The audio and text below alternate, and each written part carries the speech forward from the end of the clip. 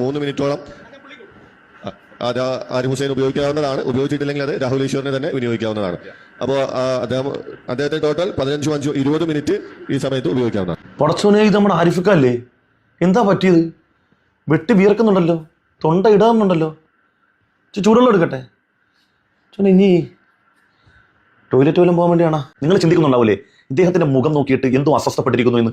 എന്താണ് ഈ വിഭ്രാന്തിയുടെയും ആകുലതയുടെയും ഒക്കെ കാരണമെന്നല്ലേ? കഴിഞ്ഞ ദിവസം എറണാകുളത്ത് വെച്ച് ബഹുമാനപ്പെട്ട രാഹുൽ ഈശ്വറും ആരിഫ് ഹുസൈനും തമ്മിൽ ജിഹാദ് നന്മയോ തിന്മയോ എന്ന വിഷയത്തിൽ ഒരു സംവാദം നടന്നു. ആ സംവാദത്തിന് ഇടയിലുള്ള അദ്ദേഹത്തിന്റെ ചില ആകുലതകളുടെ അടയാളമാണ് നിങ്ങൾ ഈ മുഖത്ത് കണ്ടത്. എന്താണ് കാരണം? ഞാൻ പറഞ്ഞു തരാം. ഒരു നിമിഷം നിങ്ങളൊന്ന് ചിന്തിച്ച് നോക്ക്. ആരിഫ് ഹുസൈൻ എന്നുള്ളത് മുസ്ലിം കുടുംബത്തിലാണ് ജനിച്ചത്. മുസ്ലിം നാമധേയനായാണ് ജീവിക്കുന്നത്. മാത്രവുമല്ല, ഒടുവിൽ ഏറ്റവും നല്ല ജീവിതോപാധി എന്നുള്ളത് ഇസ്ലാം വിമർശനമാണെന്ന് മനസ്സിലാക്കി ഇസ്ലാം വിരോധികൾക്കിടയിൽ നായക പരിവേഷം സ്വീകരിച്ചുകൊണ്ട് രണ്ട് സമുദായങ്ങൾക്കിടയിൽ വൈര്യവും വെറുപ്പും സൃഷ്ടിച്ച് അതിൽ നിന്ന് കിട്ടുന്ന വരുമാനം കൊണ്ട് എല്ലാ കാലത്തും സുഭിക്ഷമായി ജീവിക്കാമെന്ന് ആഗ്രഹിച്ച വ്യക്തിയാണ്. എന്നാൽ മറുപക്ഷത്ത് ആരാണ് വരുന്നത്? സനാതനധർമ്മിയായ ഹിന്ദുവായ രാഹുൽ ഈശ്വർ.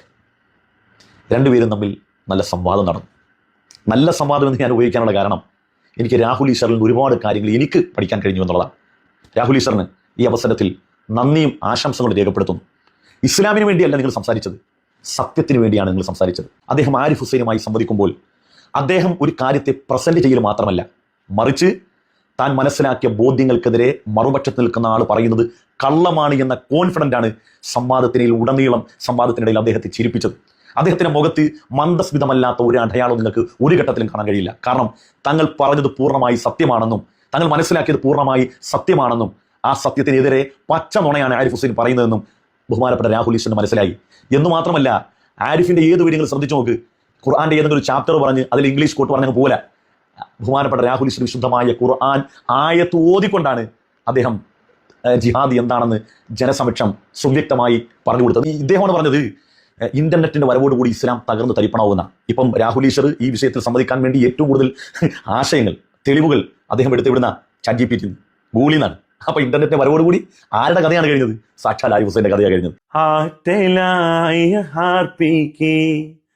ആകെ നാരി ആരിഫേ അഖിലഹാദിയ വിഷയമിൽ രാഹുൽ പൂട്ടിയ ഹാർപ്പിക്കേ ആകെ നാറി രാഹുലിന്റെ മുന്നിൽ നാറി കാലെ വാരി രാഹുലീശ്വർ നിലത്തടിച്ച ഹാർപ്പിക്കേ.